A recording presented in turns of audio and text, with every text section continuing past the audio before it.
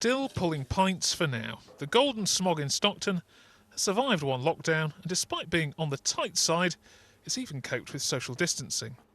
But today's talk of northern pubs being shut down again is not the news barman Phil wanted to hear. We may just end up kicking our heels around doing the odd takeaway, and that's no good for a business to run. Thank you. I know they're on about some sort of package, but it isn't going to be what it was. We need that, at least the 80% what we were getting in the first place, because we've all got bills to pay. The bills don't stop just because we closed down our business.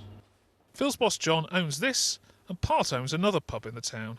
He's done all he can to follow the rules, from sanitising stations to 10 p.m. curfews, but is now feeling deeply frustrated. They seem to make it up on the hoof. Try one approach, that doesn't work, we'll try something else. With no logic to them, like the 10 o'clock curfew, there's no logic to that really.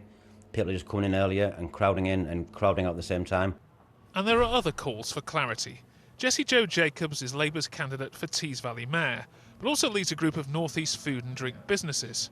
She says if another lockdown comes, it has to be based on evidence and come with financial support. It was about 2 weeks ago, and a really well-liked business owner and a business in Tees Valley said to me, if we go through another lockdown, I won't survive. And that's devastating to hear. And what we've seen so far from a lot of the government decisions, and the curfew decision was one included, where it felt like it was ill thought out and knee-jerk reactions. We can't have that. These are people's livelihoods and we have to protect them. Stockton's Tory MP decided not to be interviewed today, but up till now he and Conservative colleagues have not been so shy. Bishop Auckland's, for one, described the plight of one local landlord in Parliament. Last weekend he told me that rather than his usual Saturday take of £5,000 to £6,000, he took only £128 all day, not even enough to cover his entire staffing bill.